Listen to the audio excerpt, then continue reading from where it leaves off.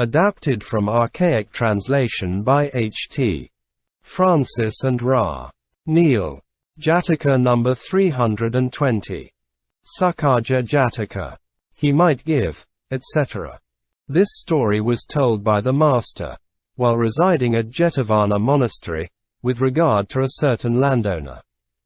According to the story, he went to a village with his wife to get in a debt. And seizing a cart in satisfaction for what was due to him, he deposited it with a certain family, intending to fetch it later on. While on the road to Shravasti city, they came in sight of a mountain. The wife asked him, "Suppose this mountain were to become all gold, would you give me some of it?" "Who are you?" He replied, "I would not give you a jot." "Alas!" she cried, "he is a hard-hearted man. Though the mountain should become pure gold, he would not give me an atom." And she was highly displeased. When they came near to Jetavana monastery, feeling thirsty, they went into the monastery, and had some water to drink. At daybreak the master, seeing in him a capacity for salvation, sat in a cell of his perfume chamber, looking out for their arrival, and emitted the 6-colored rays of Buddhahood. And after they had quenched their thirst, they came to the master and respectfully saluting him sat down.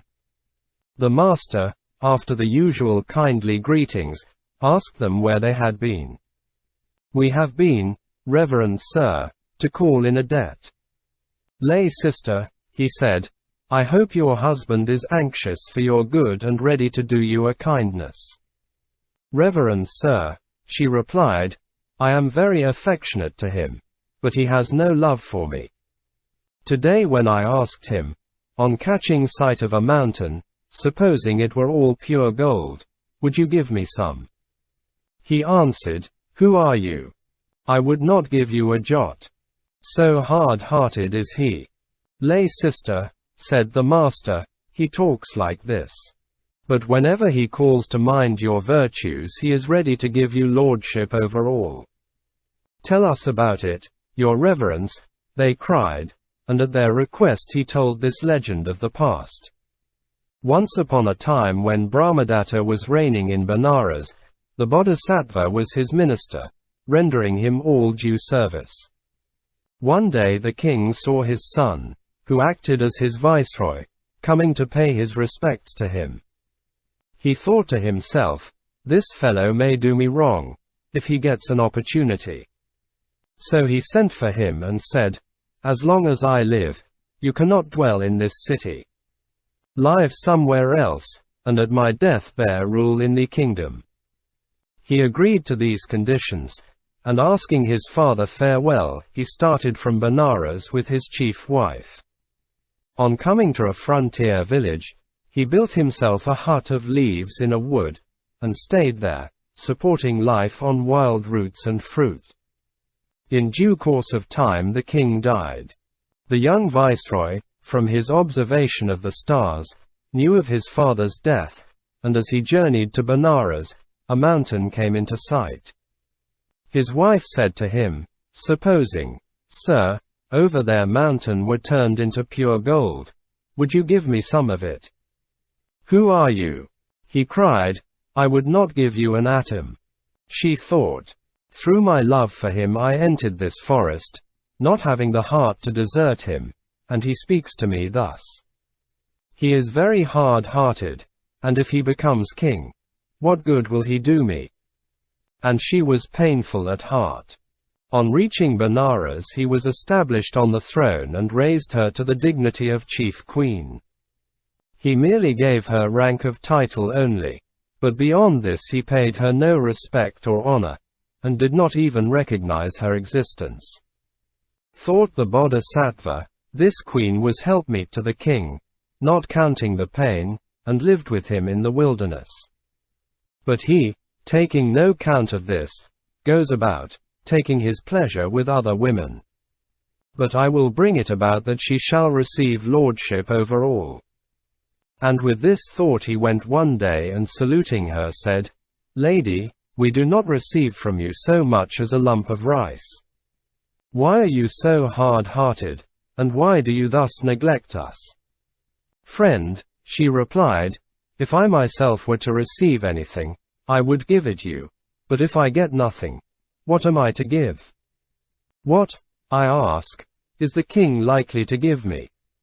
On the road here, when asked, if the mountain were all pure gold, would you give me anything? He answered, who are you? I would give you nothing. Well, could you repeat all this before the king? He said, why should I not, friend? She answered, then when I stand in the king's presence, he said, I will ask and you shall repeat it. Agreed, friend, she said. So the Bodhisattva, when he stood and paid his respects to the king, asked the queen, saying, are we not, lady, to receive anything at your hands? Sir, she answered, when I get anything, I will give you something. But, I ask, what is the king likely to give me now? When we were coming from the forest, and a mountain came into sight, I asked him, if the mountain were all pure gold, would you give me some of it? Who are you? He said, I will give you nothing. And in these words he refused what it was easy to give. To explain this, she repeated the first stanza. He might give at little cost what he would not miss, if lost. Golden mountains I give. He to all I ask says no. The king on hearing this uttered the second stanza. When you can, say yes, I will, when you cannot, promise nil. Broken promises are lies. Liars all wise men despise. The queen, when she heard this, raising her joined hands in respectful salutation, repeated the third stanza. Standing fast in righteousness, you, O prince, we humbly bless. Fortune may all else destroy. Truth is still your only joy. The Bodhisattva, after hearing the queen sing the praises of the king, set on her virtues and repeated the fourth stanza. Known to fame as exceptional wife, sharing welfare and suffering of life, equal she to either fate, fit with even kings to mate. The Bodhisattva in these words sang the praises of the queen, saying, this lady, your majesty, in the time of your adversity, lived with you and shared your sorrows in the forest. You should do her honor. The king, at his words, called to mind the queen's virtues and said, wise sir, at your words I am reminded of the queen's virtues, and so saying he gave all power into her hand. Moreover he gave great power to Bodhisattva. For it was by you, he said, I was reminded of the queen's virtues. The master, having ended his lesson, revealed the truths and identified the birth. At the conclusion of the truths, the husband and wife attained to fruition of the first path. At that time this landowner was the king of Benares, this lay sister was the queen, and I myself was the wise counselor. Source. Adapted from archaic translation by H.T. Francis and Ra. Neil. Jataka number 321. Kuṭidūsaka Jataka. Monkey, in feet, etc. This was a story told by the master while living at Jetavana monastery, about a young disciple who burned down the hut of leaves of the elder monk Mahakashyapa. The incident that led to the story originated in Rajgraha city. At that time, they say, the elder monk was living in a cell in the forest near Rajgraha city. 2 young novices served to his wants. The one of them was serviceable to the elder monk, the other was ill-behaved. Whatever was done by his comrade, he makes as if it were done by himself. For instance, when the other boy had placed water to rinse the mouth, he goes to the elder monk and saluting him, says, Sir, the water is ready. Please to rinse your mouth. And when his companion had risen early and swept out the elder monk's cell. As soon as the elder monk appears, he knocks things about here and there, and makes as if the whole cell had been swept out by himself. The dutiful disciple thought, "This ill-behaved fellow claims whatever I do just as if he had done it himself. I will expose his cunning behavior." So when the young rogue had returned from the village and was sleeping after his meal, he heated water for the bath, and hid it in a back room, and then put merely a small quantity of water in the boiler. The other boy on waking went and saw the steam rising up and thought, "No doubt our friend has heated the water and put it in the bathroom." So going to the elder monk he said, "Sir, the water is in the bathroom. Please, take your bath." The elder monk went with him to take a bath, and finding no water in the bathroom asked where the water was. The boy went hastily to the heating chamber and let down a ladle into the empty boiler. The ladle struck against the bottom of the empty vessel, and gave on a rattling sound. At this moment the other boy fetched the water from the back room, and said, "Sir, please take your bath." The elder monk had his bath, and being now aware of Rattle Ladle's misconduct, when the boy came in the evening to wait upon him, he rebuked him and said, "When one that is under religious vows has done a thing himself, then only has he the right to say, 'I did that.' Otherwise it is a deliberate lie. From now on be not guilty of conduct like this." The boy was angry with the elder monk, and next day refused to go into the town with him to beg for alms. But the other youth accompanied the elder monk, and Rattle Ladle went to see a family of the elder monk's patrons. When they inquired where the elder monk was, he answered that he remained at home ill. They asked what he should have. He said, "Give me so and so," and took it and went to a place that he fancied, and ate it and returned to the hermitage. Next day the elder monk visited that family and sat down with them. The people said, "You are not well, are you? Yesterday," they say, "you stopped at home in your cell. We sent you some food by the hand of such and such a boy. Did your reverence eat it?" The elder monk held his peace, and when he had finished his meal, returned to the monastery. In the evening when the boy came to wait upon him, the elder monk addressed him thus: "You went begging, sir, in such and such a family, and in such and such a village. And you begged, saying, 'The elder monk must have so and so to eat.' And then, they say, you ate it yourself. Such begging is highly improper. See that you are not guilty of such misconduct again." So the boy forever so long nursed a grudge against the elder monk, thinking, "Yesterday merely on account of a little water he picked a quarrel with me. And now being indignant, because of my having eaten a handful of rice in the house of his patrons, he quarrels with me again. I will find out the right way to deal with him."